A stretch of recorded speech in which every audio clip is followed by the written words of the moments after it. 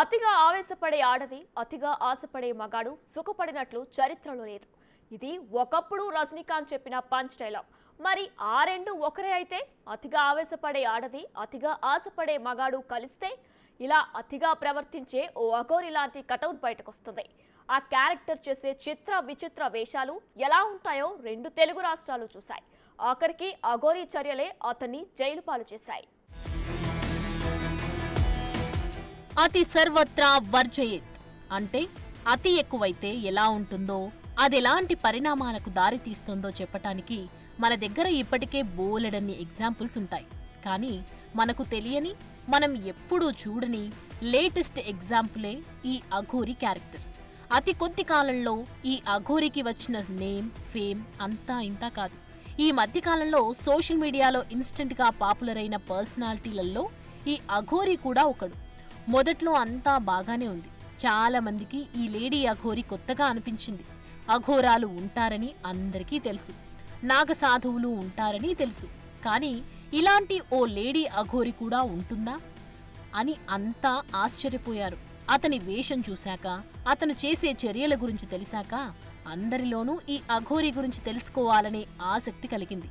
శవాలను తింటానని, శ్మశానంలోనే పడుకుంటానని, ధర్మస్థాపన చేస్తానని, సనాతన ధర్మాన్ని రక్షిస్తానని ఇలా బోలెడు కబుర్లు చెప్పింది.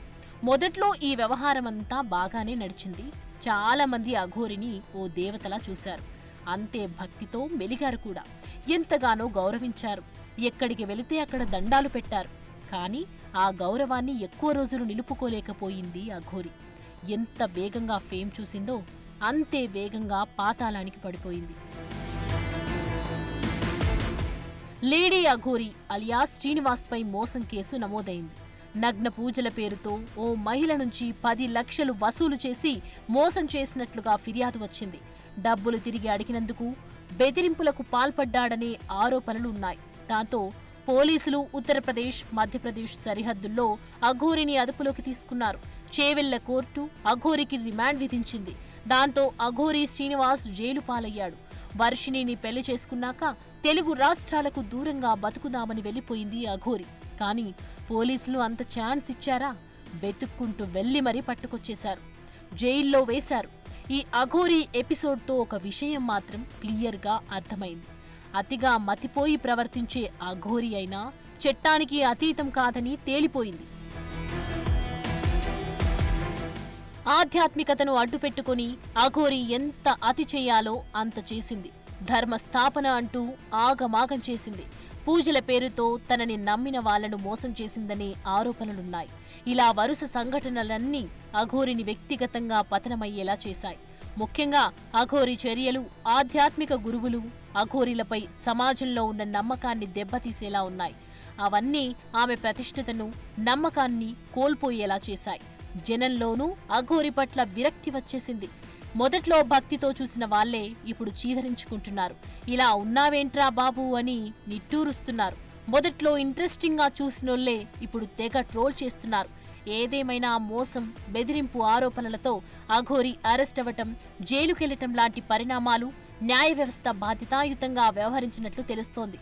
అఘోరి కేసు సనాతన ధర్మం పేరు చెప్పి ఆధ్యాత్మిక దుర్వినియోగం చేసే వారిపై చట్టం కఠినంగా వ్యవహరించగలదని రుజువు చేసింది. ప్రతిదానికి ఓ లిమిట్ ఉంటుంది. లిమిట్ క్రాస్ అయితే తర్వాత వచ్చే పరిణామాలు కూడా అదే స్థాయిలో ఉంటాయి. సనాతన ధర్మస్థాపన అంటూ దుకాణం మొదలుపెట్టిన అఘోరి తర్వాత ట్రాక్ తప్పాడు. అమ్మాయిల వెంట పడ్డాడు. ప్రేమన్నాడు, పెళ్ళన్నాడు, అసలు తెలుగు రాష్ట్రాలకే రానన్నాడు. కానీ సీన్ కట్ చేస్తే అరెస్ట్ అయి జైల్లో ఉన్నాడు. ఈ పత్రం ఇక్కడతో ఆగుతుందా? అఘోరి ఎపిసోడ్ నుంచి నేర్చుకోవాల్సింది ఏమిటి? అఘోరి ఒకప్పుడు గాడ్ మెటీరియల్, ఇప్పుడదే కటౌట్ ట్రోల్ మెటీరియల్. ప్రతి దానికి ఓ స్టార్టింగ్ పాయింట్ ఉన్నట్లే ఎండింగ్ కూడా ఉంటుంది. సోషల్ మీడియాలో ఇన్స్టెంట్ హిట్ అయిన ఏ క్యారెక్టర్ కూడా ఎక్కువ కాలం ట్రెండింగ్ లో నిలిచినట్లు హిస్టరీలో లేదు. అతి కొద్ది మంది మాత్రమే సోషల్ మీడియాలో తమకు వచ్చిన హైప్ ని నిలబెట్టుకున్నారు, తెలివిగా వాడుకున్నారు, లైఫ్ లో సెటిల్ అయ్యారు. మిగతా వాళ్లంతా వచ్చిన నేమ్, ఫేమ్ ని ఎలా వాడుకోవాలో తెలియక ఇలా వచ్చి అలా వెళ్లిపోయారు. ఇప్పుడు ఈ అఘోరి క్యారెక్టర్ కూడా అలాంటిదే. సడన్ గా ఎంట్రీ ఇచ్చింది. సోషల్ మీడియాతో పాటు 2 తెలుగు రాష్ట్రాలను షేక్ చేసి పడేసింది. నడిచిన నాళ్లు నడిపించింది. చివరికి జైలు పాలయ్యింది. అందుకే అనేది, అతిగా రియాక్ట్ అయితే సీన్ రివర్స్ అవుతుందని. ఆధ్యాత్మికతను అడ్డం పెట్టుకుని సమాజంలో అతిగా ప్రవర్తించిన అఘోరి కూడా బాగుపడలేదు. చట్టానికి అఘోరి ఏమీ అతీతం కాదని తేలిపోయింది. అఘోరి ఓవర్ యాక్షన్ ఏ స్థాయికి వెళ్లిందో ఇటు తెలంగాణ అటు ఆంధ్ర రెండూ చూశాయి. ఆలయాలకు వెళ్లటం, ఎవ్వరినీ లెక్క చేయకుండా వీఐపీలా దర్శనాలు చేసుకోవటం, ప్రశ్నిస్తే బూతులు తిట్టటం, ఆపితే కర్రలు తీసుకుని కొట్టడం లాంటివన్నీ చేసింది. కొన్ని సార్లు పెట్రోల్ క్యాన్ తీసుకుని ఆత్మార్పణం చేసుకుంటారంటూ బెదిరించింది. చివరికి పోలీసులను కూడా లెక్క చేయకుండా ప్రవర్తించింది. వాళ్లను బూతులు తిట్టడమే కాదు, వారిపై చేయి చేసుకునేందుకు కూడా ప్రయత్నించింది. హబ్బో, అఘోరి చేసిన అతి అంతా ఇంతా కాదు. ఆమె చర్యలు, ఆర్థిక లావాదేవీలు, జనంలో అతి ప్రవర్తన లాంటివన్నీ ఆమె పతనానికి దారితీశాయి. ఇదంతా ఒకెత్తైతే అఘోరి శ్రీనివాస్ ప్రేమ వ్యవహారం మరో ఎత్తు. శ్రీవర్షిణి అనే అమ్మాయితో అతను నడిపిన ప్రేమ వ్యవహారం, ఆమెను పెళ్లి చేసుకోవటం, పోలీస్ స్టేషన్ మెట్లెక్కటం, కుటుంబ తగాదాలు, ఇలా చాలానే నడిచింది. ఇంతలోనే అఘోరికి ముందే పెళ్లయిందనే విషయం బయటపడింది. అతని మొదటి భార్య రాధిక తనను మోసం చేసి వర్షిణిని పెళ్లి చేసుకున్నాడని ఆరోపించింది. పోలీసులకు ఫిర్యాదు చేసింది. దాంతో అఘోరి జనంలో మరింత పలుచనైపోయాడు. ఇదిలా ఉంటే నగ్న పూజల పేరుతో ఓ మహిళ నుంచి 10 లక్షలు వసూలు చేసి బెదిరింపులకు పాల్పడిన కేసులో అరెస్టై జైలుకు వెళ్లాడు.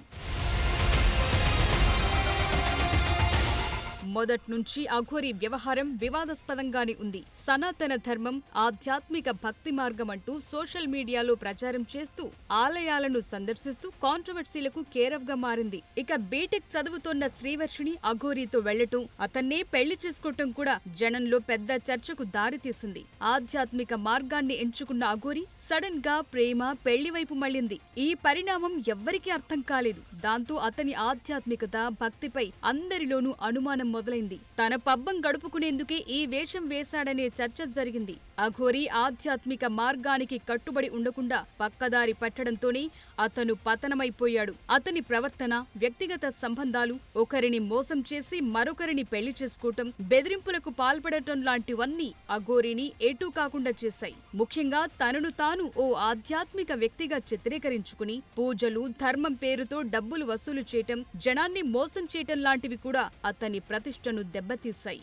ఏ సోషల్ మీడియాతో అతను జనాన్ని ఆకర్షించి పాపులర్ అయ్యాడు, చివరికి అదే సోషల్ మీడియా అఘోరి వివాదాలను, మోసాలను, అతని నిజ స్వరూపాన్ని బయటపెట్టింది. ఆఖరికి తీసుకెళ్లి జైల్లో కూర్చోబెట్టింది. ధర్మం పేరు చెప్పి దారి తప్పిన వారెవరైనా సరే చివరికి ఇలా జైల్లో చిప్పకూడు తినాల్సి వస్తుందనే సందేశమిచ్చింది అఘోరి ఎపిసోడ్.